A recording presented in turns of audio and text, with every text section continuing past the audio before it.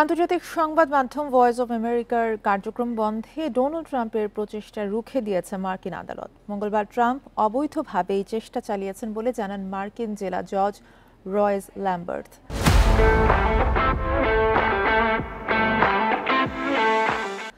তহবিল কমানো এবং কর্মী ছাঁটের সিদ্ধান্ত বাতিল করে ভয়েস অব আমেরিকার কার্যক্রম আগের অবস্থায় ফিরিয়ে নিতে হোয়াইট হাউসকে নির্দেশ দিয়েছেন তিনি। এছাড়া মার্কিন অর্থায়নে পরিচালিত রেডিও ফ্রি এশিয়া এবং মিডল ইস্ট ব্রডকাস্টিং নেটওয়ার্কসের কার্যক্রম সচলের নির্দেশও দিয়েছেন ল্যাম্বার্থ।